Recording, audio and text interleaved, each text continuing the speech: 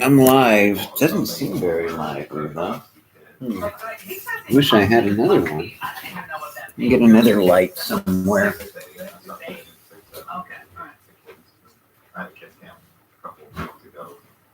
I made the mistake of saying I was 6'7". They lost their mind because of that. So. But you're from Texas, Dallas, and fitness and sports is so big across the country, but really big in Texas, California, Florida, certainly up in this part of the country.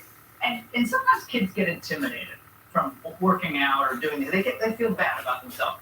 It's what's possible that matters here. I think it's just education is a huge part of educating kids, and important to be healthy and be active and get out and compete and just expose yourself to as many sports and activities as you possibly can. I mean, just the interaction. Good. See if I can do that with. Get out in the sunshine and the White House lawn was an amazing experience. Anyway, I got 5 little lighters here just to get some light on. It's crazy. Anyway, it's Alan, target individual. For people who don't believe in it, I understand, because there's a lot of feds, or they pay people to pretend they're feds, because when this started, I mean, I didn't hear about it until 2018 when Havana syndrome was in the news, and it's like, I never heard of it. You hear government experimentation and MK Ultra and all that, and you think, well, they stopped doing it because it was so immoral and wrong. They wouldn't do that again because they learned their lesson. It was so wrong to do. And whether it be NASA or they wouldn't do it because it was so obviously wrong to do. And you realize, no, they as long as there's money, they'll keep doing it. And because you're not them, you're not born in their body, you're not born from their family, so it's okay to do to you. That's literally it. They can look at your life, your brain mapping, and see, hey, this guy has literally tried to live his faith, even when it really hurt. I literally thought, all my books that I had read had to deal with apologetics, religious apologetics, some atheistic apologetics, because I wanted to get to even what the other side said, whether it's transhumanism or what, the Freedom from Religion Foundation, because I had this chronic side pain that started when I was I had an operation when I was 13, but I'd get it here and there, and then it started growing and became a chronic.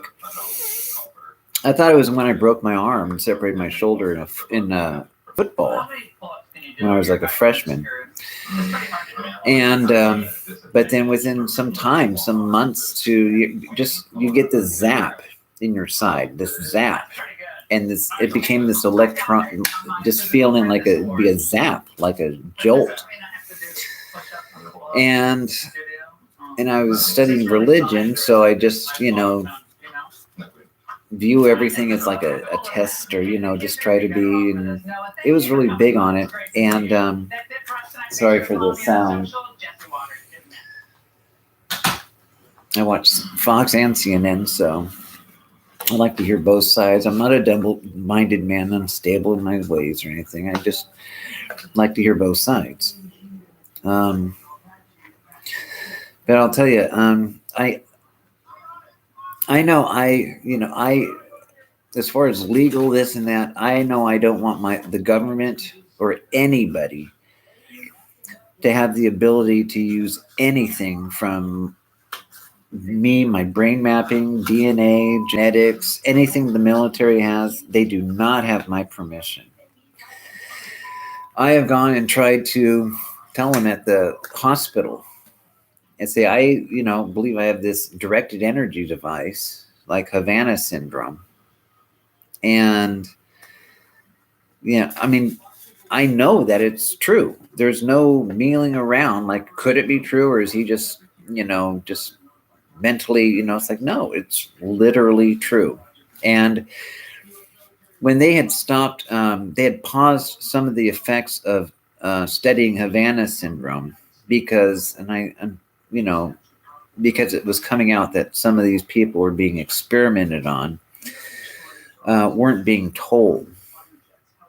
That's how it was phrased, I believe, in the NIH report. And here I am. They know my name. I mean, that was when I was 13. I had that, you know, that injury. And I've been on, thankfully, my doctors were nice and sent me to specialists and put me on pain meds. But nobody had an answer for why I was in pain.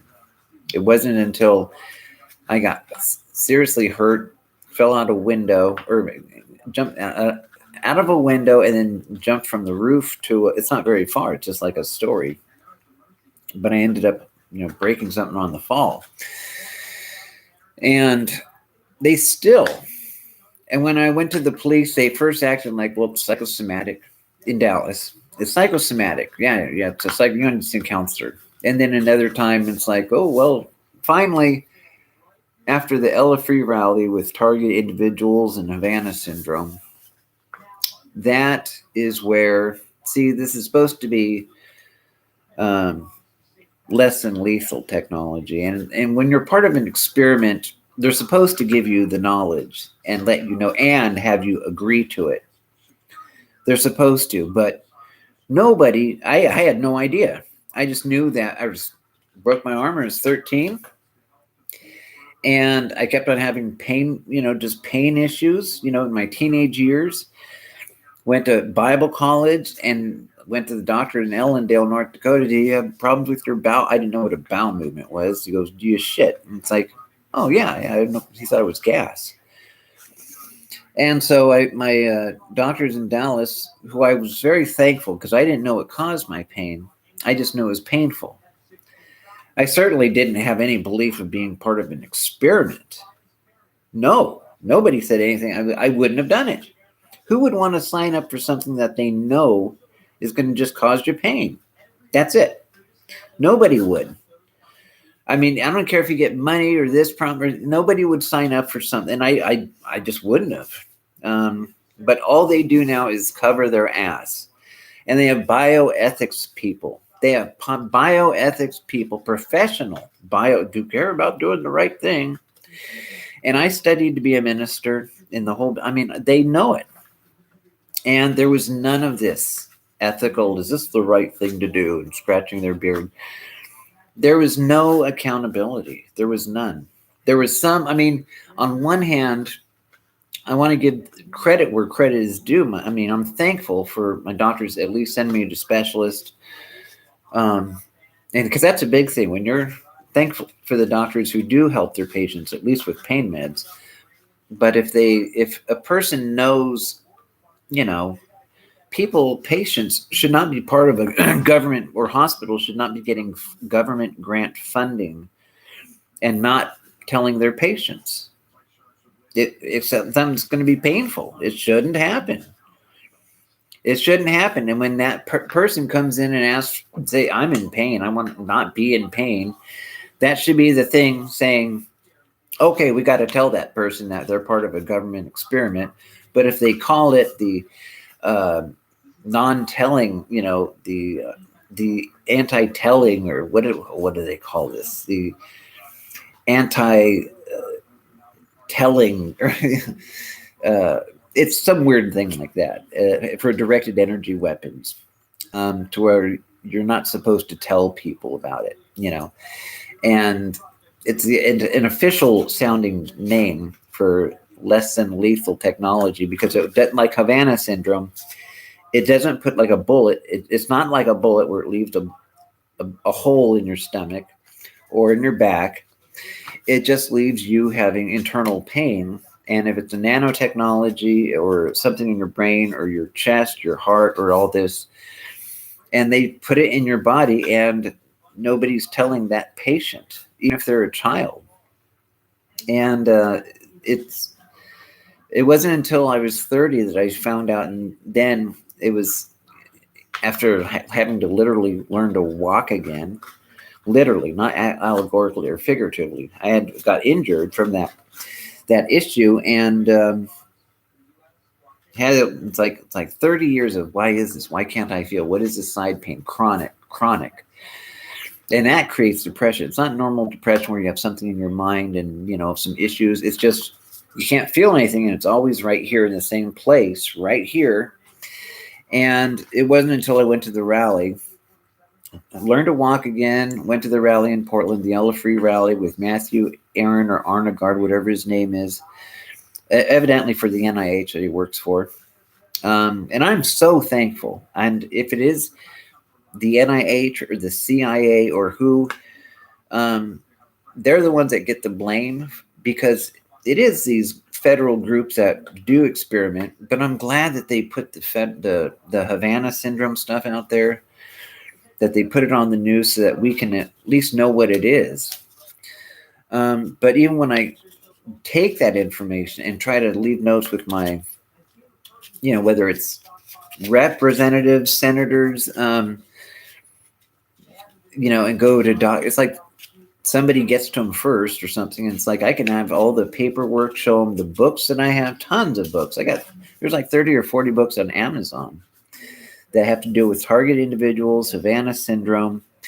And then they had all these groups that were popping up out of everywhere from Europe. You're claiming to be from Europe, and a lot in Texas, and target individuals, and but they only stick around for a while, and even in the chat. So I don't know who all really is. I'm not going to, I'm just glad they exist, because I can relate to people about something. I haven't for 30 years been able to relate to people about my side pain, because I didn't know what to call it. I'd never had the idea that it was an experiment. I just thought after that operation, they might have missed something or nicked or something. But nobody was talking. Nobody was telling me I was part of a experience. It wasn't until the White House bioethics meeting or hearing of 2011 and 2012. You can find it at Georgetown Archives. That regular civilians, just like myself, were complaining of the exact same issues. And I've left messages with so many different, like, senators, and during Havana syndrome, and please, I was glad that Representative, like Congresswoman Shaheen and Susan Collins, we need to fight for mainly they were fighting for federal workers. But we need somebody to fight for the civilians. Like, there's targeted justice. Thank God for them. Anna Toledo, Richard Lighthouse. Thank God for Dr. Len Burr. And I always remember if it's like Berlin on the other side, but Len Burr. And I know we all know when you're TI, a lot of these things are feds. It's like January 6th, that not all the people that were claiming to be Trump supporters were Trump supporters. There was a lot of federal workers pretending to be Trump workers that were trying to get people to do crimes, to break the window, or police, and then getting people to go into the White House, storm it. They will try to get people to do crime they normally wouldn't do on their own. And I was taught and raised to respect and like police, law enforcement, FBI, CIA, all the government people. And I thought in my small town that people were pretty nice. I never had really problems with them or them with me. I had one time found that, and I didn't know the person was even an official, but I was walking by and somebody looked at me talking to his two buddies at the restaurant. He goes, "Oh, well, there's Mr. Cool." And I'm thinking, who the heck is this guy? Why is he looking at me? And I found out he was, let's just say, up there in the town, and the captain or the chief of something, let's just say, and never had a problem with any of these people. So I don't know why he knew me, but evidently they were partay of this. And then suddenly I've got all these books on gang stalking, and you can look it up on target individuals on Amazon. I don't know if these things just go to my computer because they have so much money to waste. But gang stalking, tons of books on MK Ultra, targeted individuals. There's groups around the world. There's Icator, that's in Belgium, more the European target individuals. Targeted Justice based in Houston. There's PAX International, 29 Palms, California. And I'm just thankful for them. And I know they sometimes get infiltrated with feds in our chat rooms. We know that. The numbers did not go that way, so I don't know how much is. I'm just thankful that they, keep doing it daily. So I'm thankful for that. But I just want somebody to, I'd like to know the truth. I already know a lot of the truth. I mean, I've been studying, and sending notes, emails, letters to the Havana Syndrome Task Force, to all the members of it. There's 7 different people on the Havana Syndrome Task Force. Send them all letters. Some of them, that special mail, the whole bit. And even the 4th and 5th time I went to the Dallas police and to the newspapers. And the police called me back an hour later and said, so what comes? It's a federal program. I mean, they knew that I already knew. Because with brain mapping and all this, whether you believe this exists or doesn't exist, yeah. I never had any consent to have my brain mapped or read. Or the thing in my side that causes constant pain. Nobody asked me or said, hey, I feel really bad and shitty about doing this. We're a religious town, and we were chanting drain the swamp, and yet here we are doing this to you, and we're still doing it to you. And it's we know you're not even interested in taking our money. You just want this done and taking out and get your emotions back. That side that blocks your emotions, And it's right. There's a red area right here in the bulge. There's a shadow, but if you were right here, there's a shadow where there should, and not just a shadow, but there's a bump that comes out. I wear a sweater, and even the bump comes out right there where there should not be a bump. And it is in this type of lighting, but that right there, that shadow area, there's a bump, and it comes out right here. It's never up here. It's never there. It's always this same area right here that I've been taking meds for. And literally, they've actually moved the area just right here to right here, and then back and forth, just to show that it's them. And then some people there's a lot of books of people talking about the target individual program. And there is something that's called V2K, voice to skull. That's a real technology. The problem is there's a lot of these books that talk about V2K, but they won't admit to having V2K. It's kind of like the setup to get people to say something like hearing, voices or something. It's setting people up. Let's just say I know that exists. But I remember Robert Duncan said in page 282 of Project Soulcatcher, page 282, that the Air Force was going to come out with this technology publicly and admit they have this. And I don't know, my Uncle Alan worked for them, the Air Force. In fact, he helped set up a lot of this microwave stuff and satellite stuff. And I think he worked for Harris or something. Corporations, defense contractors, whatever. Good man, But to have, as far as the books, let me show you some of the books I got.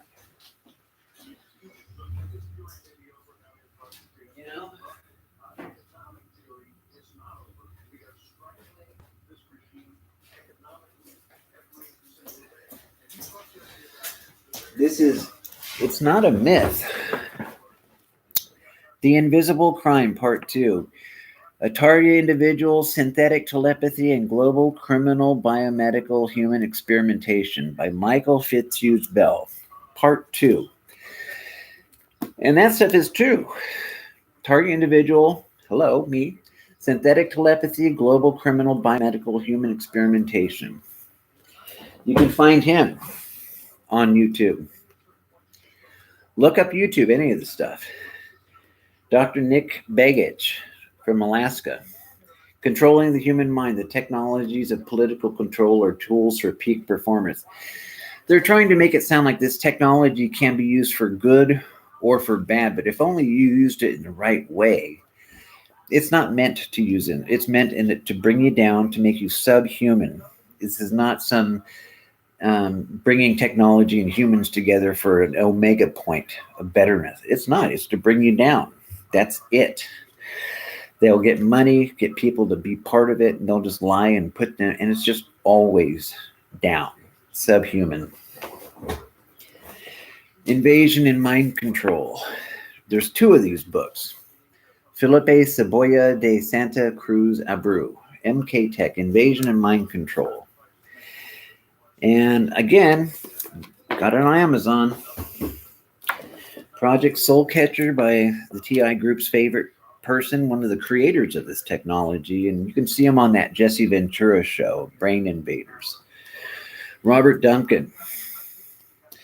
They said that he got killed from these DEWs, directed energy weapons, that he describes in this book. But I don't know. I think somebody, look out for Charlie on YouTube, was kind of skeptical whether he's actually gone. I hope he's not. I hope he's alive and fine. On 282, he was saying that the Air Force was going to come out with this technology. So 2025 is when the Air Force claims they will release this information of the technologies and weapons described in this book. So it's 2026 now.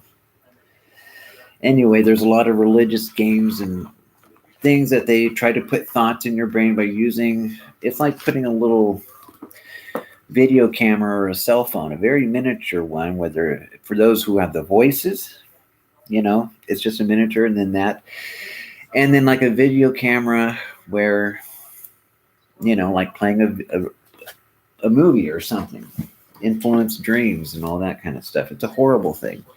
I had no enemies in my I was a kind, good person.